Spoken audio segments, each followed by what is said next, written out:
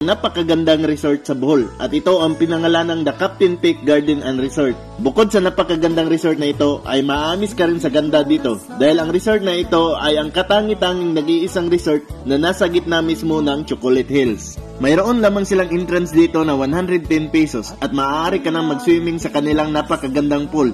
At 75 pesos naman para sa mga kids or bata. At mayroon din silang cottage dito na nagkakahalaga lamang ng 300 pesos. At kung gusto mo namang mag-overnight, may rooms din sila dito na available. At nagkakahalaga lamang ng 2,000 pesos ang may aircon.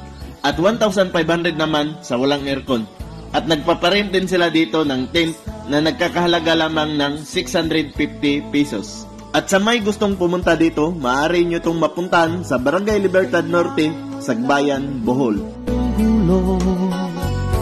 Ang puso ko't isipan, araw-gabi ay pangarap ka, at sa tuwin ay nagbabalisa.